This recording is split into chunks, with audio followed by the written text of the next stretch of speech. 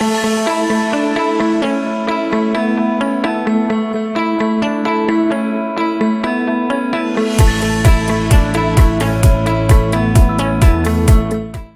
ne vais pas rentrer dans le détail de ce qu'on va faire.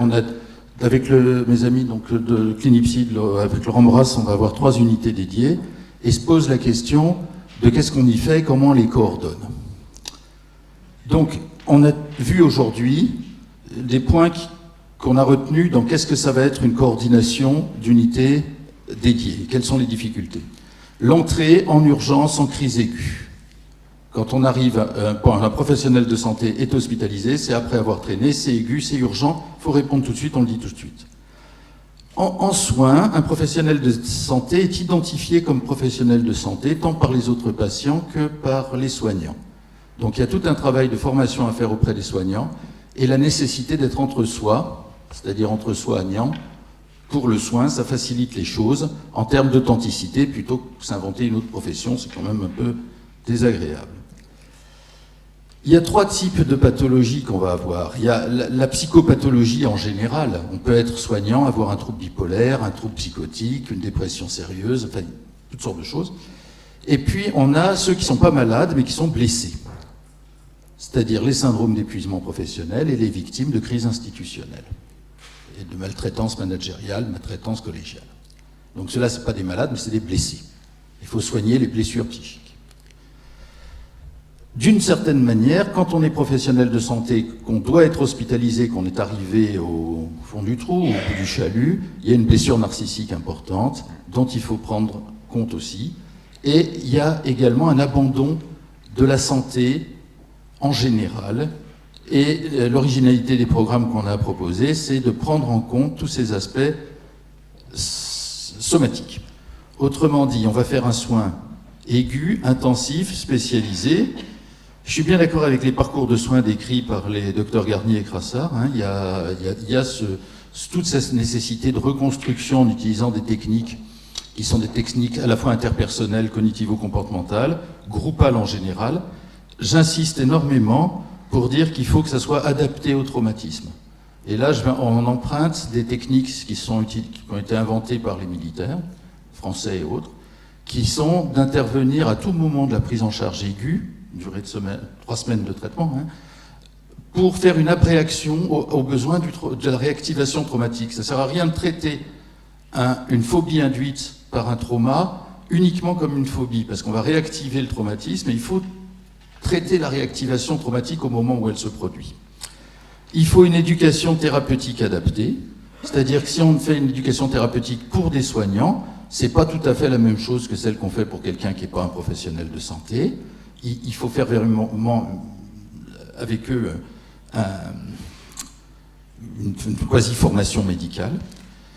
Et en même temps, il faut faire une éducation à la santé chez des gens qui se sont laissés aller pendant longtemps.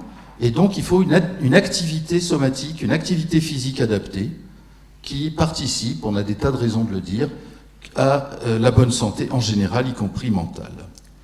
Ensuite, 2 autres points qui me paraissent très importants, c'est la question de la place qu'on fera aux patients experts, c'est-à-dire qu'on va avoir d'anciens patients qui peuvent être des patients experts, qui peuvent nous aider dans les prises en charge.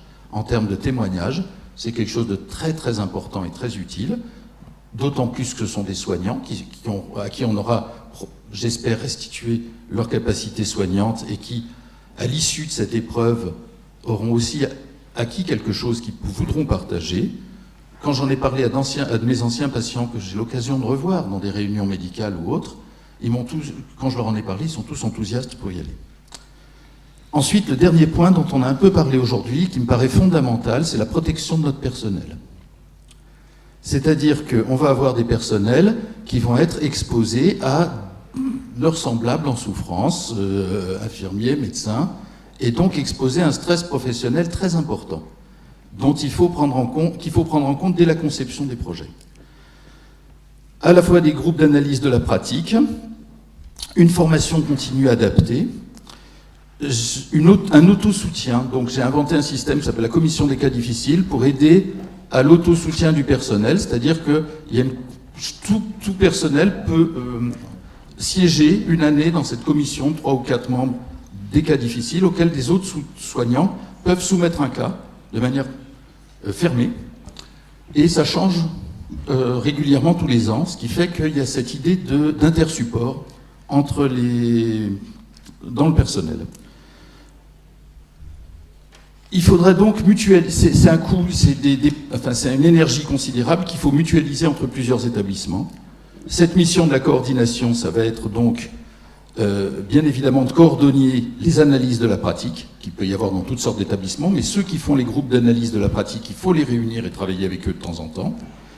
Il faut aider à créer ces commissions de cas difficiles et un petit peu former le personnel à la médiation.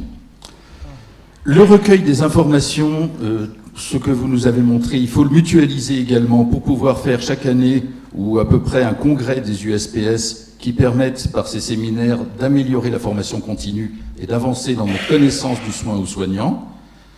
L'intérêt également de cette mission de coordination, outre l'échange d'expériences, c'est de pouvoir servir d'interface avec les tutelles pour des problématiques communes qu'on pourra rencontrer. Donc on va se rencontrer pour faire le socle commun de soins et peut-être, si c'est retenu par nos collègues, dans ce socle commun, les programmes de soutien au personnel.